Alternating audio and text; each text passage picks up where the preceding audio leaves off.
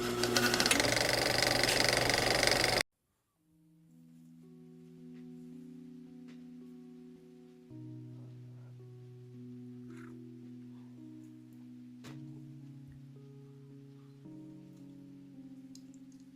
everyone, sorry for not having a video up last week. I was kind of busy on the weekend and then I felt ill and I actually tried to record a video on Monday and I just had brain fog, verbal diarrhea. I also sounded just so depressed in the video, so I thought I would just not for this week. So a couple of weeks ago I put up on Instagram a poll of video ideas, and the one that got the most votes was a video about how I journal / advice. And while I don't think I have the most authority on this matter, I thought I'd share, because I do journal pretty much every day and I absolutely love it. So I guess like the first place to start off is by defining what journaling is, and there's a whole lot of things that come under the umbrella of journaling. You could be doing a lot with it, but the main thing is it's about writing down your thoughts and feelings to understand yourself better. So for mental health it's really good because you're purging your thoughts out onto the page, and if you're someone who deals with a lot of stress and anxiety, that could be really good. And also it's just a way to understand yourself better.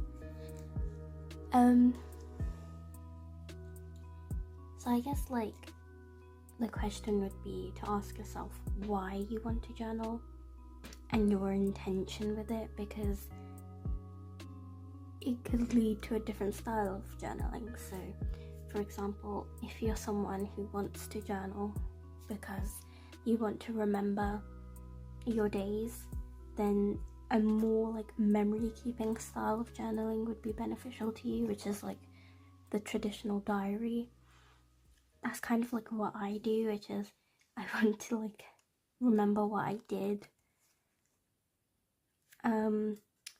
Again, if it's more like you have a lot of thoughts and you want to purge them on a page, then I guess like a stream of consciousness type of journal would be better, where you just write your thoughts and it's less about what you did in the day but more about what you're thinking as you're thinking it.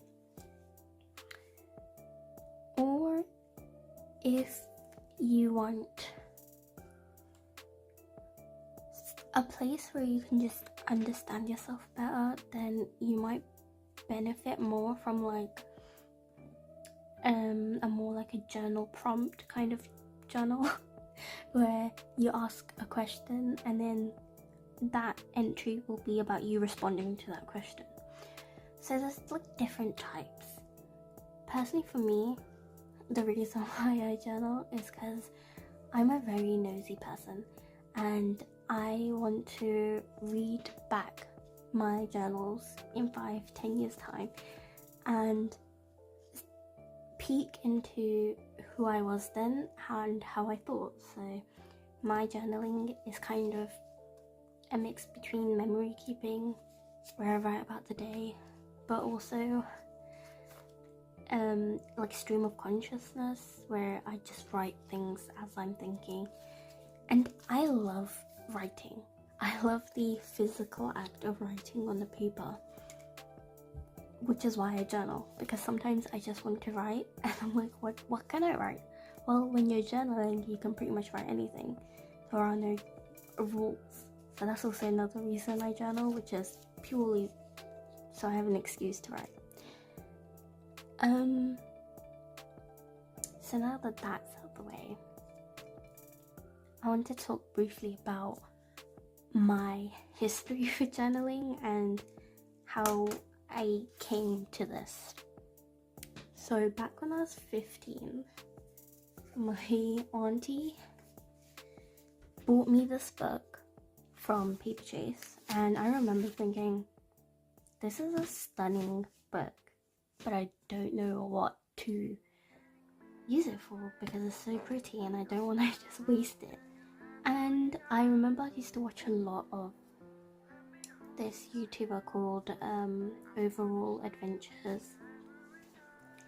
I loved her YouTube channel, and she did a lot of journaling videos, and so I thought I'd give journaling a try. And as you can see, I started it on the 4th of January 2016 and I finished it in May 2016, and I was 15. So this is very much the start of it all. And this kind of journaling was very much writing what I did throughout the day and then also sticking in a bunch of bits. But it was mainly the kind of journaling I do today. I thought I'd read you my first ever journal entry ever from when I was 15 in this book. So I write, and this is on the 4th of January 2016. Aloha, I've had this beautiful book for 5 days. All through which I've been wondering how to use this gorgeous book. Diary, journal, collection of my thoughts. I guess it will be a fun mix of all of them. I adore writing anything and everything because sometimes I have this itch to write. Will I write every day? I don't know. I want to know myself better. Who am I? What do I like? I want to date myself. You see, we spend a lot of the time trying to figure out other people, but what of ourselves? Sometimes I wish I could look back at the younger version of me and see what she was thinking. God, my handwriting is awful. Curse you, beautiful book. I don't want to bend. I had all these thoughts and now they're gone. I want to talk about this walk I went on with my aunt. It was magical. Now I had this with me so I could document it. Oh, now I wish I had this with me so I could document it. 4 hours from Tilehurst to Sonning, but during this countryside-ish, I wondered about how lovely it would be to go on this with my future husband and kids. Oh my god, I was 15. Can I chill? I'm not a dreamer of that kind of thing. Lies. But it would feel refreshing to connect with the world with your family. The air just felt so clean and pure. Walking felt like I was cleansing myself of the typical urban pollution. It especially reminded me of my DOV expeditions. I will never ever forget those. In those moments, I found a part of myself I never knew I was missing. When people tease me about it, I do believe they don't realize how spiritual it was for me. Cooking my own food, navigating myself, I found independence and I'm never letting it go. I guess since it's 2016, I should talk about resolutions, right? I don't really have any other than work hard, live better, and smile more. Kind of cliche, but it's essential. I'm excited for many things, yet miserable about others. Life is never going to give you happy moments, you have to create them. Oh, I do plan on creating so many. I'm hoping somewhere this year I find adventure and passion, because sometimes reading about it in books and watching them in films is not enough. Like Bilbo, I want to find that I do have bravery and can fight my demons. I don't want to write too much and risk using up all of my creative juices. So I end today with a question to answer next time. What moments are the most precious? I may not do this every time, but it will get the noggin ticking. So,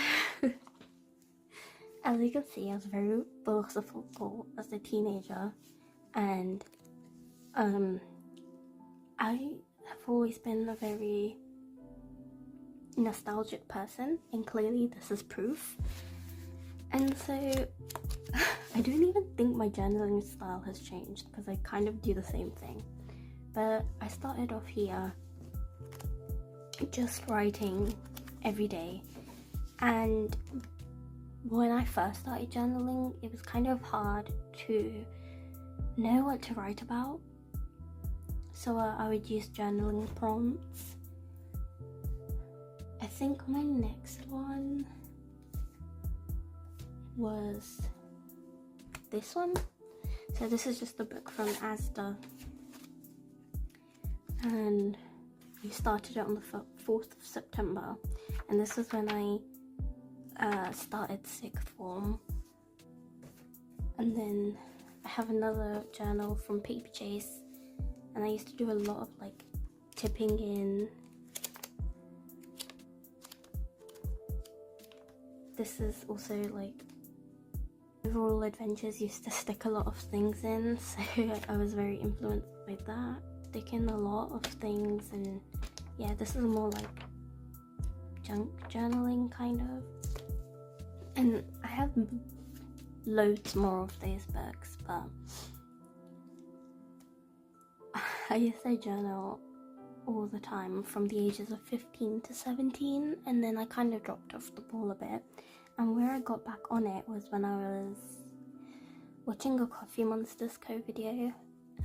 Helen from the Coffee Monsters Co uses her daily pages in the Hobonichi Cousin to journal, and I remember last April I was watching her videos and I just really wanted to do that. So in the back of my Hobonichi weeks, I decided to use the notes pages as daily journaling pages, and I haven't stopped since. So that brings us to the present day of my journaling journey. And I guess like now I would give my advice, which is how to start journaling if you haven't. And to make something a habit, it usually takes 30 days. Which can sound daunting at first, but I think my first advice would be to make it easy for yourself. So, like, as you can see, I'm journaling on pages that aren't dated, and this is because just in case I want to miss out a day, or because I don't feel like journaling, I won't have an empty page and feel guilty for missing it, because I can just draw a line and write in the day I do decide to journal. So making it easy is important, because the whole thing is it's meant to be fun, and you should want to do it, and you're not going to want to do it if it feels hard.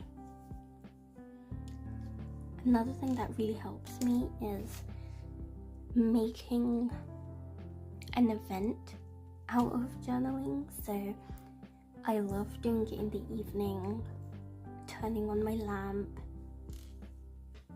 having a hot beverage, putting on a YouTube video, and it feels like this sacred, special self-care time. And because it feels so nice, it's a part of the evening I really look forward to, and therefore I want to journal. So you can do something similar where you create a space in the time in your day, and it could be like in the morning or in the afternoon or in the evening, whenever suits you best, and like carve out a specific time and make that time an occasion, make it a special thing, give yourself a treat so that you enjoy doing it, and it's a time of day you look forward to. I think mood lighting is so important. Going back to keeping it easy, some days I don't feel like writing, so you can use bullet points or you can doodle. A good example of this is I couldn't be bothered to write a 2023 review and in shorthand write what I did in 2023, so I decided to doodle it. And these doodles aren't great. Like if you zoom in, then really not great. But it kind of has the cheerleader effect where if you see more in a cluster, they look better than they actually are. So you can make it easier on yourself by bullet pointing or even doing doodles to represent what you want to write. And again, it's all about making it easier on yourself. Nothing is supposed to be, it's not meant to be perfect or a work of art. It's just meant to be a journal. And in that sense, it keeps it very low maintenance. I don't think I've doodled as much in this Hobonichi weeks, but in my 2023 one, I did way more. And I guess my last advice would be to follow prompts. So if you really don't know what to write and where to start off, there's so many resources out there that have journal prompts that you can use and respond to those. So again, like Helen from the Coffee Monsters Co. has a journal prompt, and I think I'll link it below if I can find it, but you can use that, or you can just type into Google journal prompts and there'll be Instagram pages dedicated to those. So if you don't know what to write, journal prompts are a very good place to fall back on. I also think don't be afraid to write the mundane. Sometimes I write the most boring thing, and that's fine. Just write whatever you want, whatever comes to mind. And yeah, just enjoy it because it's meant to be fun. And if it's not fun, that's probably because you're putting too much pressure on yourself to make it this perfect thing when it doesn't need to be. So just let it be what it wants to be. I hope that helped, and I hope you enjoyed this video. I know it wasn't very long, but I didn't actually have a lot to say. So thank you for watching, and I hope you guys have a good week and a good time. Until next time, bye.